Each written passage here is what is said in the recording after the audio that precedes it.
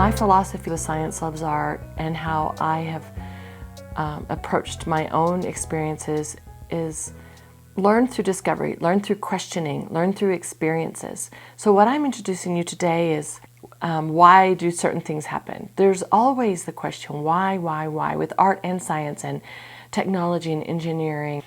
And once we answer one question, maybe that'll lead to the next question. So we're talking a little bit about fluid dynamics and why does suminagashi work? So the paint sits on top of the water. If it sinks, you're not going to see that paint on your marbling paper, right? Anything that sinks won't hurt anything. It's just not going to show up on your artwork. Our goal is to barely touch the paint to the water, right? We barely want to touch our paint to the water so that it'll sit on top. If we push it hard like that, or if we put too much paint, it'll just go to the bottom. So you guys have a paper clip that was in your with your needle. This is a fun little experiment to see, can you set your paper clip on your water and have it float? A little bit, just keep trying. Try different ways that you can make it work. Oh, I got it to work. What did I do? I did not let one side of my paper clip get too immersed in the water. Okay, see if you guys can do it. And another way, what if we I'm going to try some paper. Now we know from experience that when things get wet and they get heavier and heavier and heavier, they're going to be heavier than the surface of the water can handle. So if I get this piece of paper very wet, I wonder if it'll still float. A little bit. And maybe that's because of the shape, right? It's kind of like a flat surface that can hang on a lot better than a little ball. Let's see if we turn it into a ball. Let's turn this into a ball. Is it still going to float? What do y'all think? Nope. Let's see if I can balance it. If I very gently put it on top. Nope. I think it's too wet and it's in the wrong shape. That is an interesting concept. I want to learn more. Why? So do you see my paper clip? It's still here. Now, I've never done this before, but I am going to see if I can paint with that paper clip in there. I wonder how that will change my design. So I'm going to let it move around. I've got my paints here. What's it going to do? Oh, interesting. Look, my paint is not expanding on the top of the surface right now. There's the thing called surface tension, and my paint can't expand. Look at that. Wow. I wonder if that's because of the metal. It is not moving at all. Wow. And look at it sinking. Can y'all see that?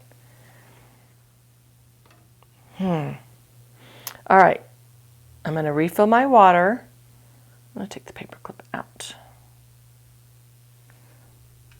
I'm going to stir up my water. If your paints quit moving while you're painting, you might need to get fresh water. This works for a lot of rounds. All right, now let me get more paint. Let's see what it's going to do now.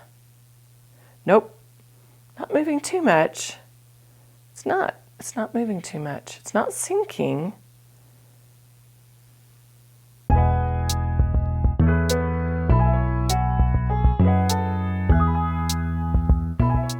This is working because the fresh water has given the water molecules a chance to create that net of tight surface tension on top of the water. Now, the other thing about suminagashi inks, they are vibrant colors with a very light weight. So you couldn't use acrylic paint because it's too heavy. And even if you water down the acrylic paint, you would lose so much of the water, of the color, that your colors would not show up. Science is such an important part about creating the paints that artists use because of fluid dynamics and the density of different surfaces. and paints. Let's try something different. Let's try adding alcohol, rubbing alcohol to a Q-tip, touch it to the surface of the paint, and see what happens. This is a really fun experiment for you guys to explore how that changes the surface tension. Creates negative space just like the soap, but in a totally different way.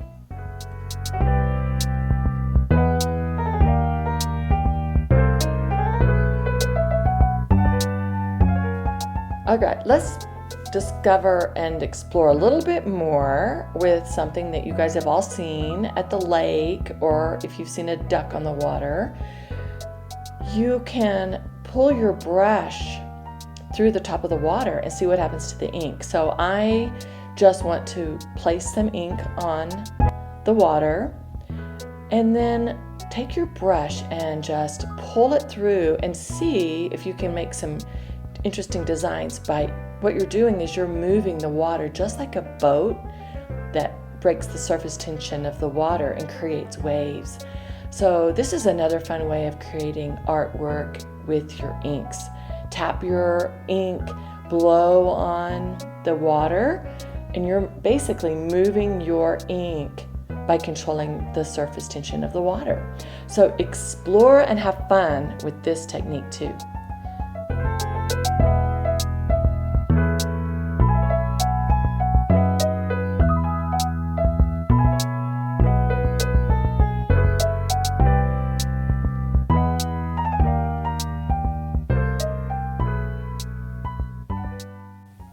Okay, I'm going to try to get one more video in. I love these colors that I made, and I'm going to show you what happens when you mix soap and water, just like a drop of dish soap, Dawn or something, and so you can use one color paint and one color soap. Use one brush for the soap, one brush for the color. So I'm going to do this beautiful green. So I put the green in, and then I'm going to put the clear soap in the middle. I think I need a little bit more soap. It's not doing much. But it will create, it'll make your painting not have any color at all where you put that piece of soap. So it basically gives you a way to do a marbling with white rings and colorful rings. So play around with that. I just wanted to show you how fun that can be. Whoops.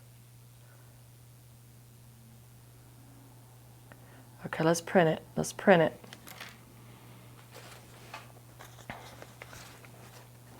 Here we go.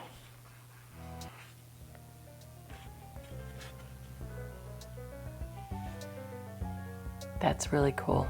You can do a lot with just that negative space.